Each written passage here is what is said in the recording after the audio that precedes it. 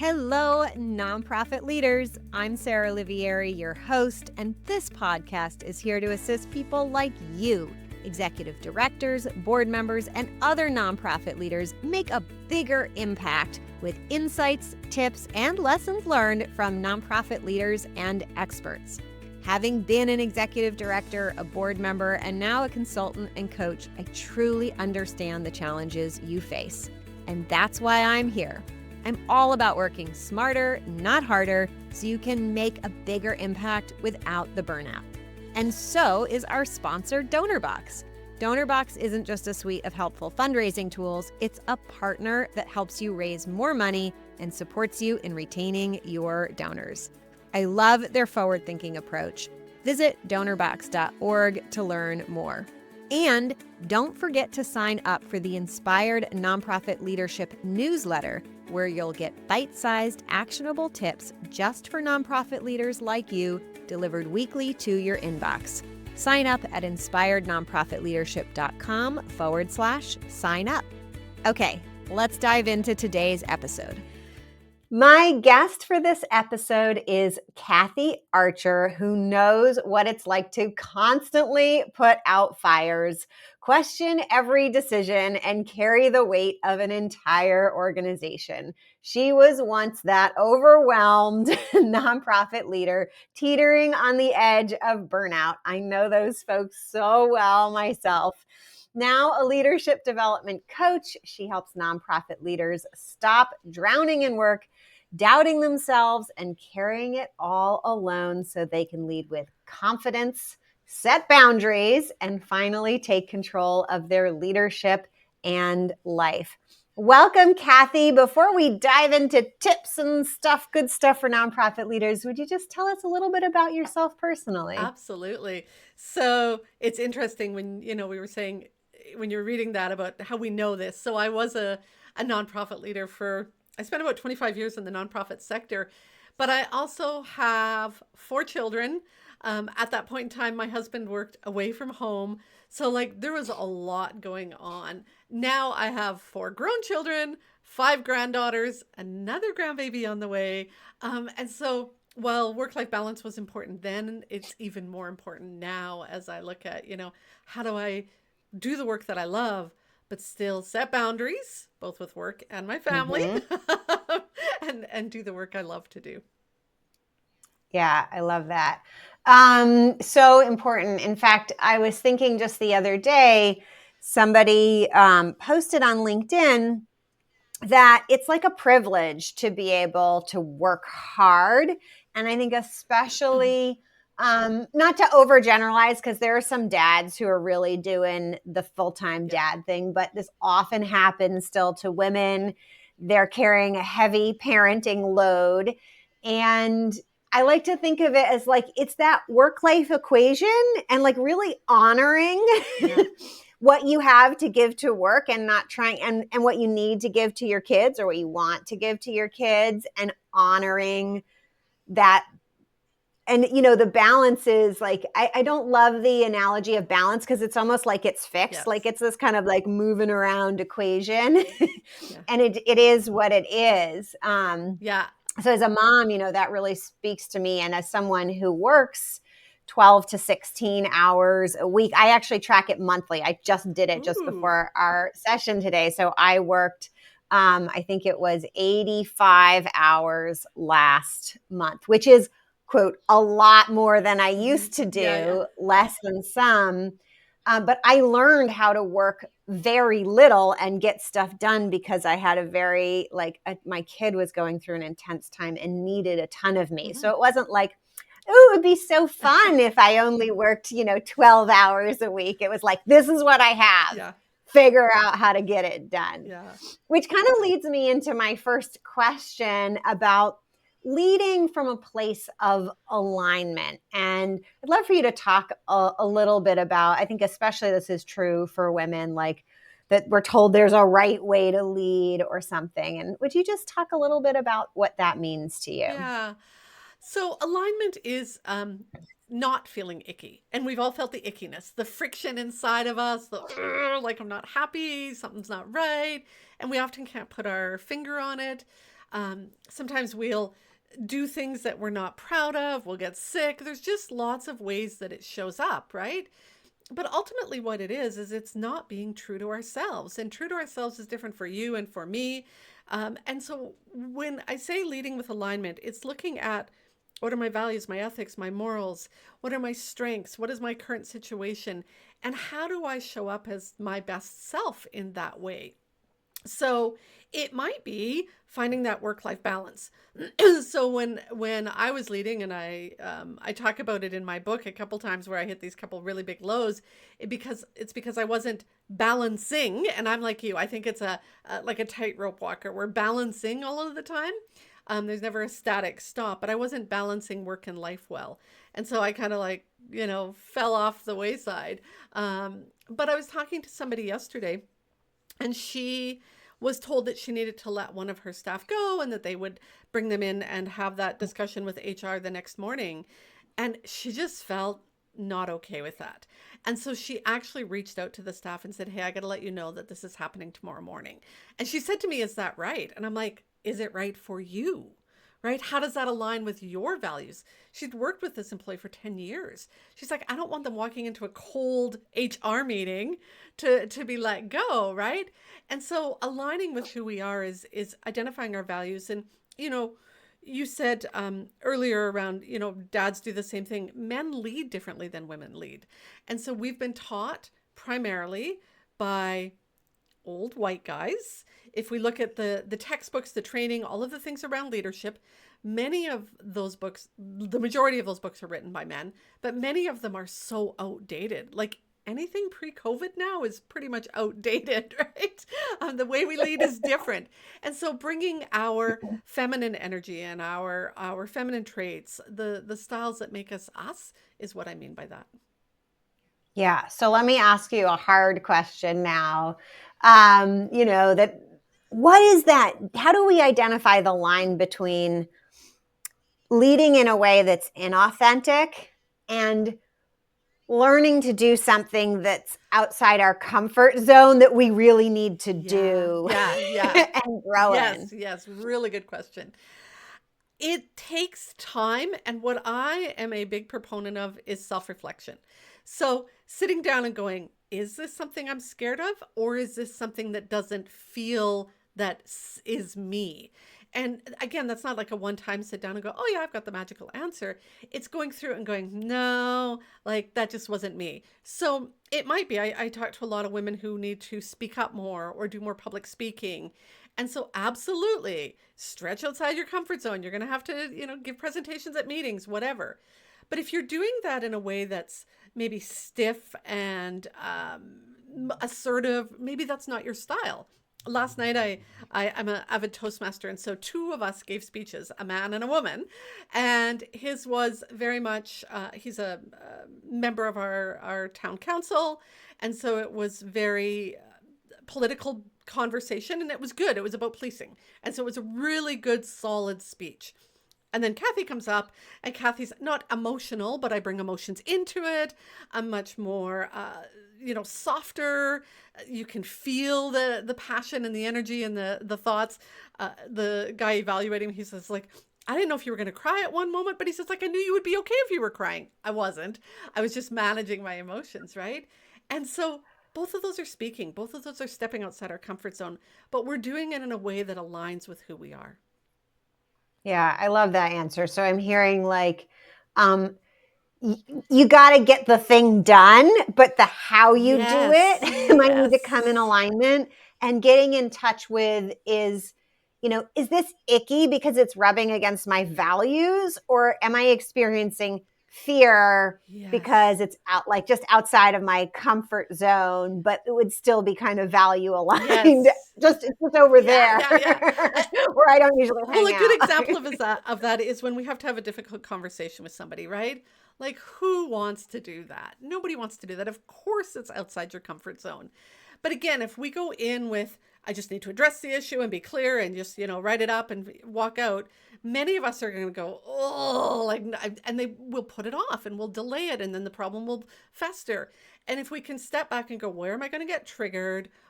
how do I want to maintain this relationship with this person? This person's important to me. And we do that self-reflective work first. It's still going to be hard. It's still not going to Yep. feel great, but it's going to feel more aligned. If that, like, feeling good and feeling aligned are not always one and the same. That is such a true nugget. Feeling good and feeling aligned are not always No. the same. I think that's why, there's some business coaches, and I'm probably one of them, who advocate that you need to have like a practice in addressing fear. So there's one business leader I know who wrote a book. She talks about, she does trapeze, Oh, yeah. like as a hobby. For me, it's sailboat racing. That stuff terrifies me. I love it. But it is almost always, not every time, but an exercise in fear and Yes. facing fear and discovering how I react in fear. But it's in like a controlled container, right? I choose to get on the boat. I'm kind of stuck there while I'm out in the race, but technically I could leave Yeah. at any time, right? But I choose it.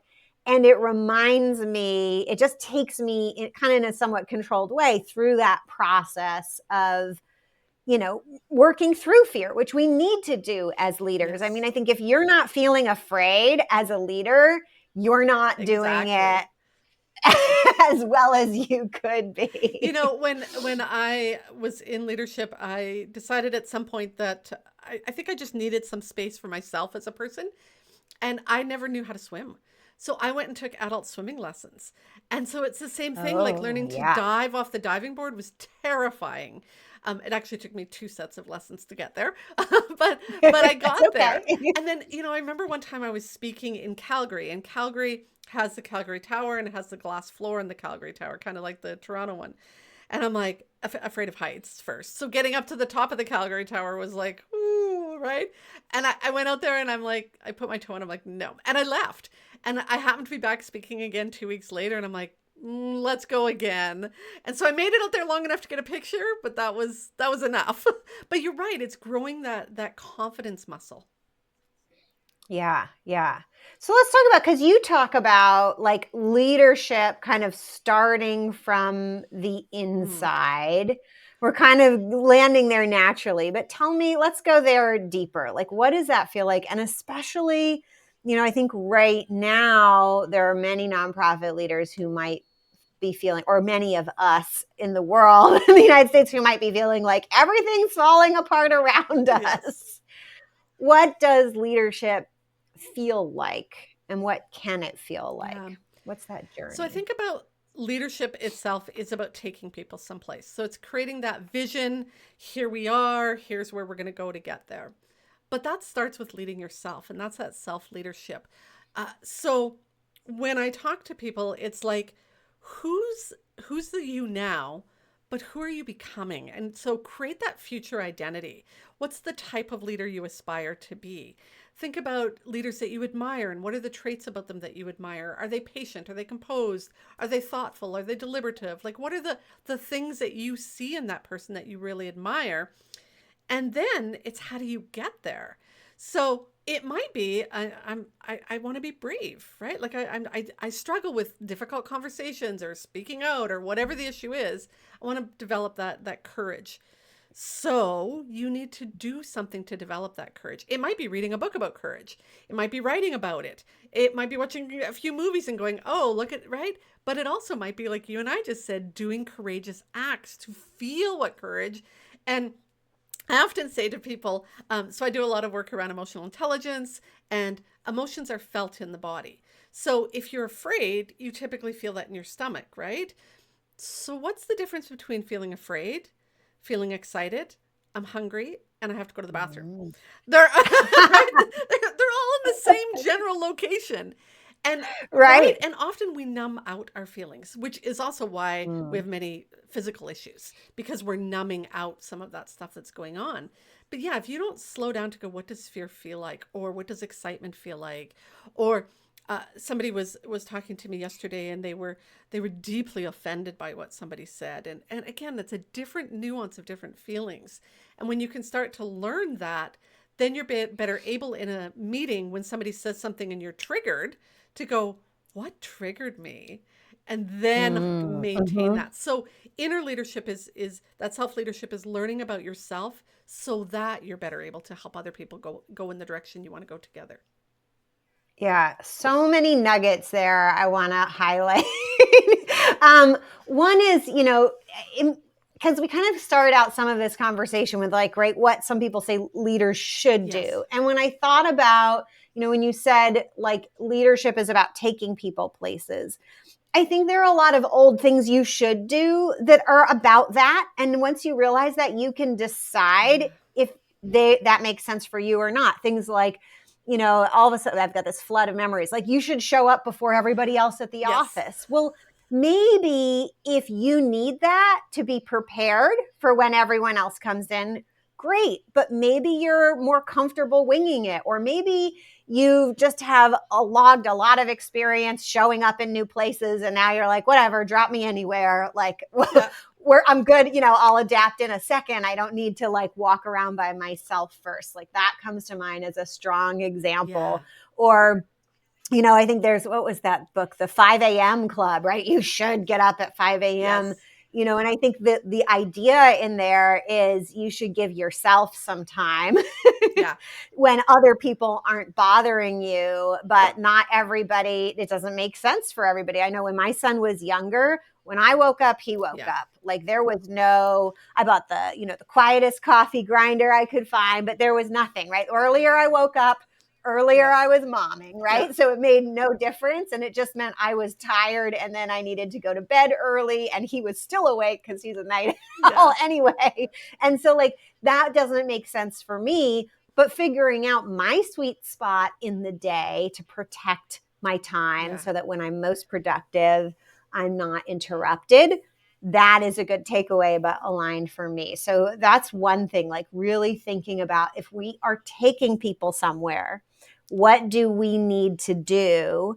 And what are those shoulds that we can use and what ones aren't right to help us It's take what you people said earlier. there? It's the how. We can all run a staff Yeah. meeting. We can all have a conversation with the team. We can all, get the board ready. But how do you do that is the key.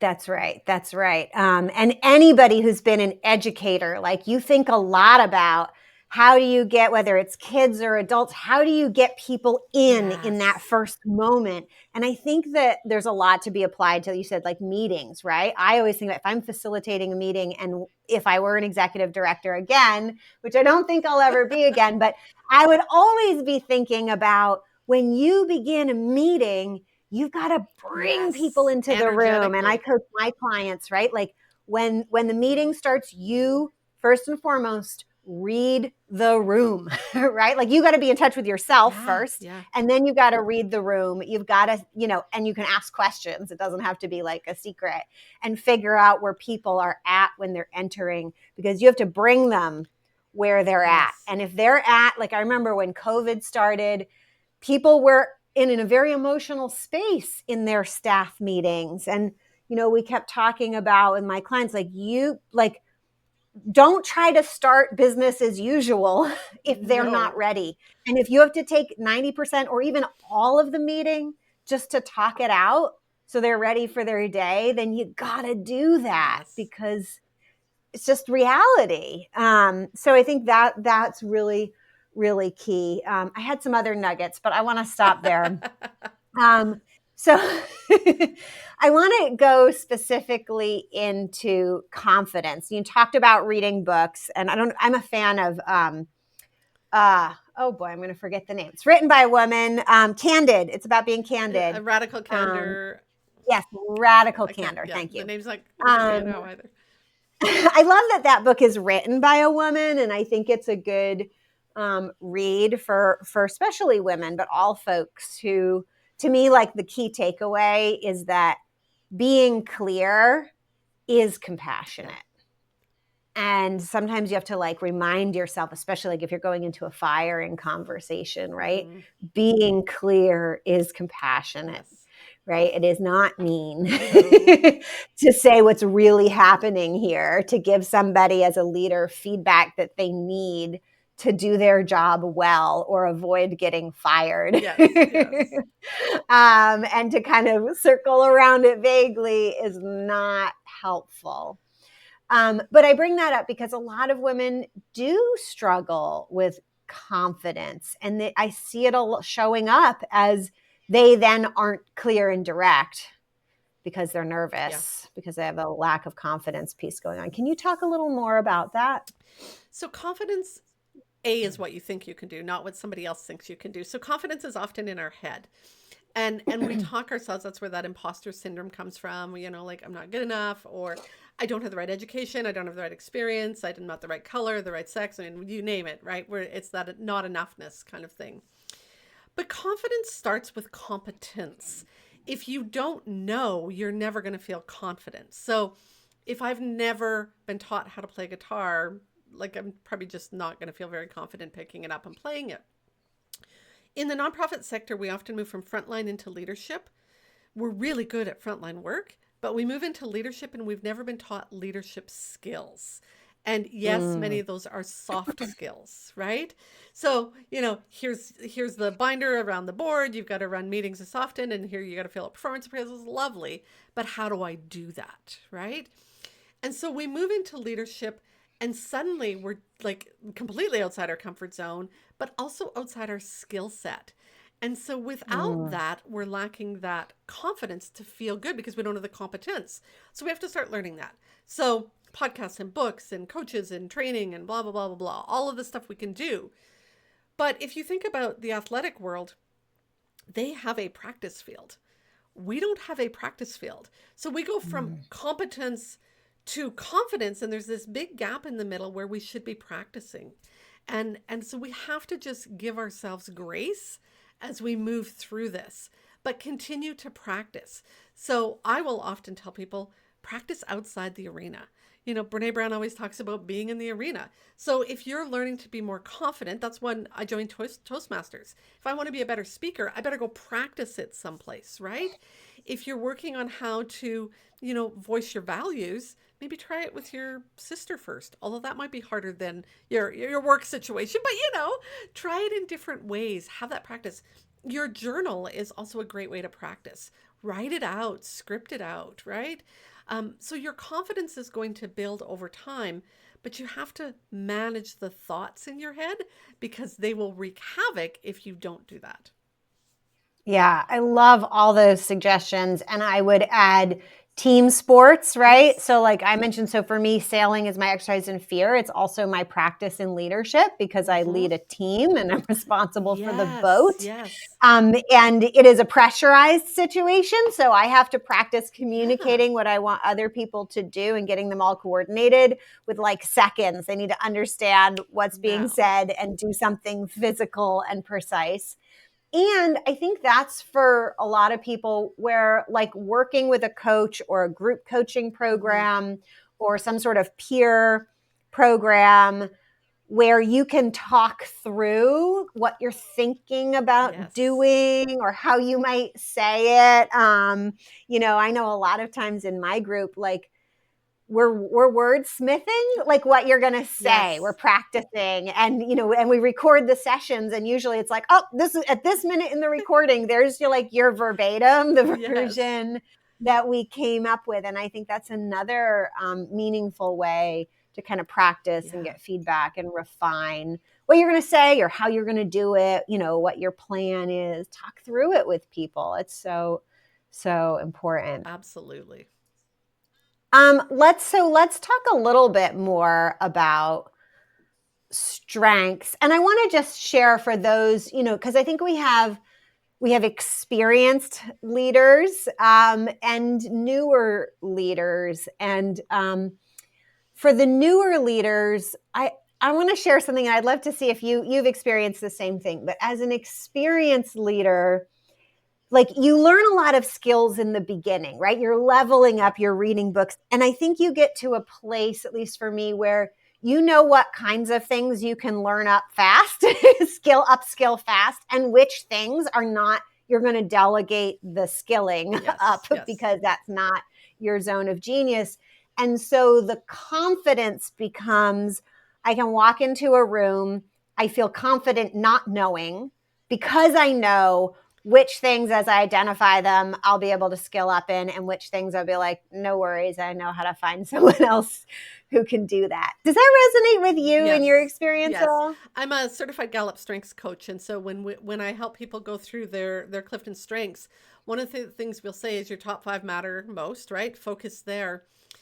Your bottom ones delegate. They only become weaknesses when you try to do them. And otherwise, just Yeah, ignore them, give them away, hand them off to somebody else. Like, don't sit there and do that if that's not your thing. So, yes. yeah. And I think we're often, again, this is back to some of those softer skills that we're not taught. How do you delegate? We move into leadership, and these thoughts in our head are, I'm supposed to know it all. I'm supposed to be the expert. I'm supposed to be the leader. I got to answer everybody's questions, and something's wrong with me, or I look weak, or I look like I'm, whatever the thought is, if we delegate. But it's actually a strength to delegate, especially in those areas that That's you're right. not as strong in. Nobody believes that you're going to know everything. That's why calling someone a know-it-all is a Yes, negative thing, yes. right? That's an insult, not a compliment, right? I never thought of it So that way. don't True. be a know, right? Don't be a know-it-all. Don't Yeah. pretend to be a know-it-all. People will admire you more, think you are smarter, think you are more with it when you be like, Yeah. I don't know what that means. Can you tell me? Yeah. Or that's not something I'm going to be able to do, but I know how to like get someone else to do it. Like, Yes, yes.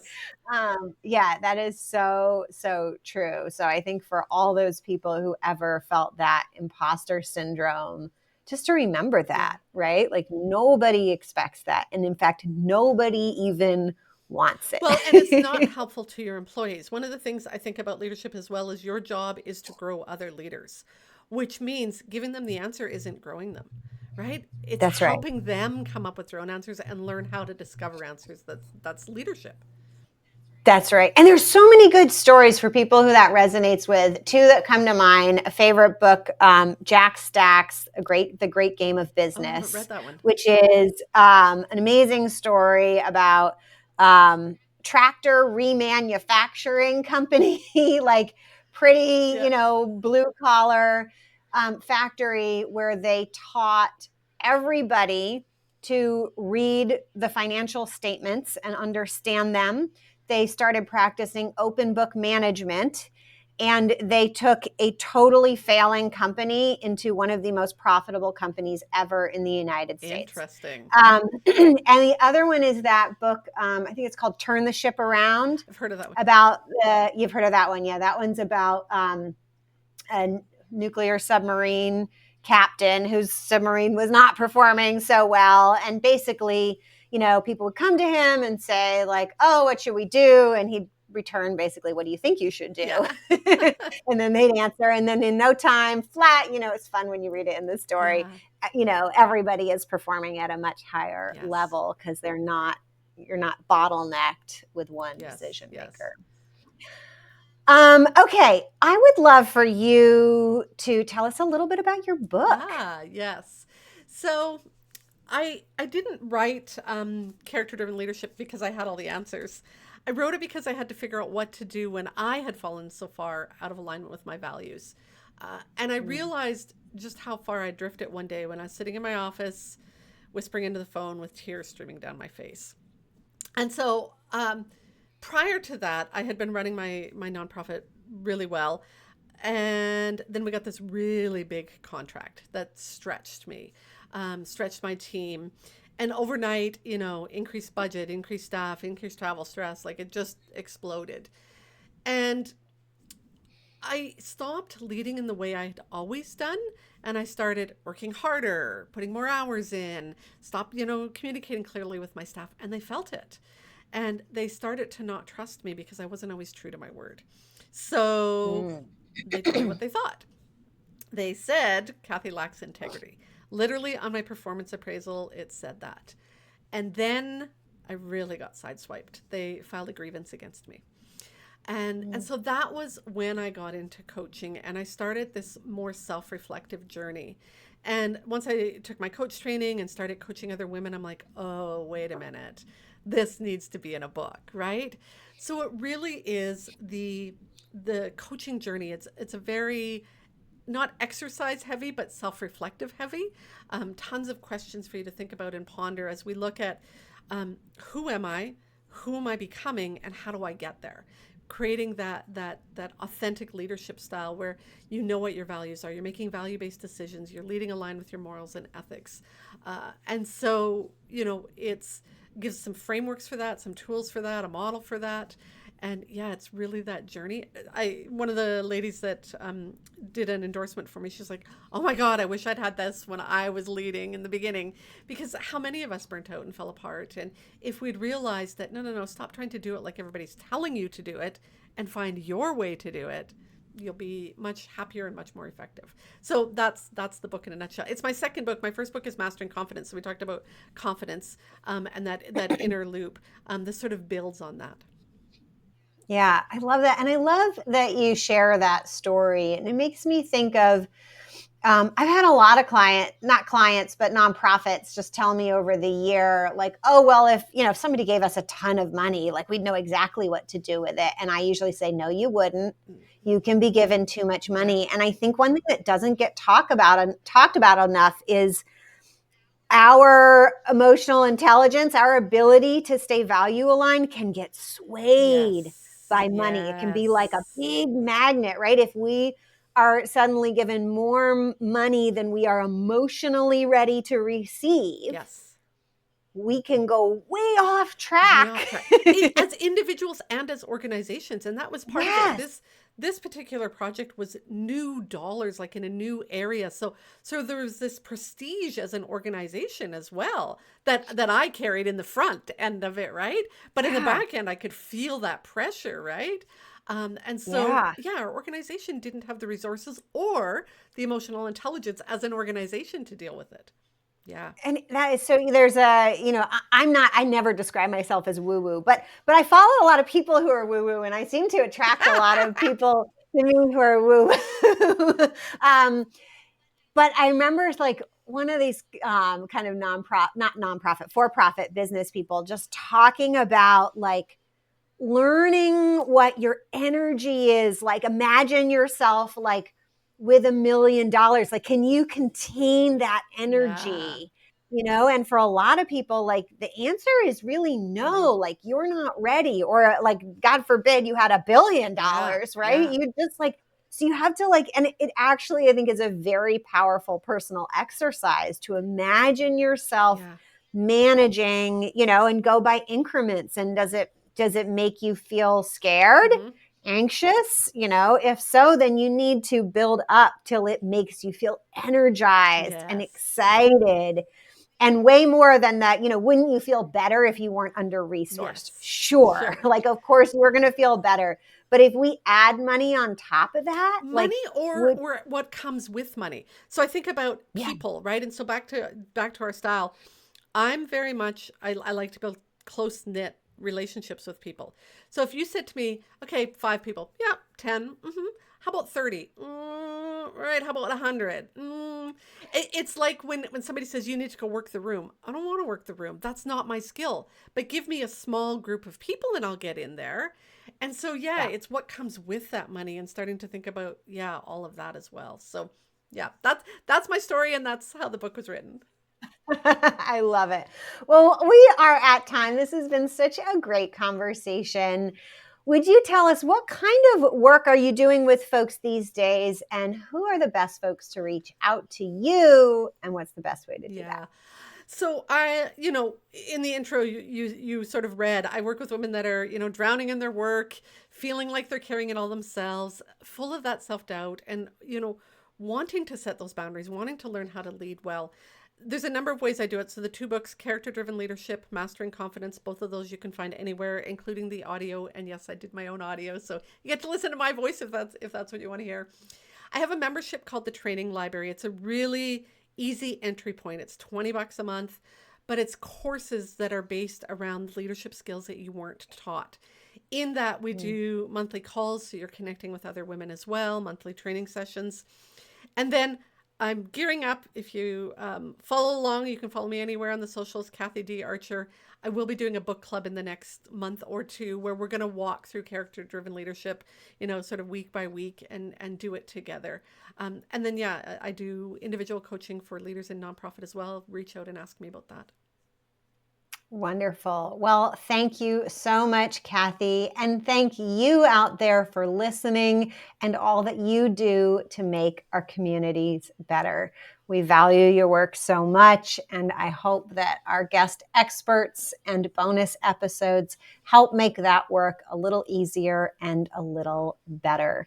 I have a small favor to ask of you. If you could take a moment to either rate and review this podcast wherever you're listening to it, and or share it with a friend or colleague who could also benefit. Until next time, all the best. You've been listening to Inspired Nonprofit Leadership. Thanks so much for tuning in. Be sure to subscribe so you don't miss a single episode or the bonus episodes. And while you're at it, please leave a rating and review, and be sure to share with your friends and colleagues. Tune in every week for more useful insights and wisdom on nonprofit leadership. Thanks so much for all you do for the communities you serve. Until next time, all the best.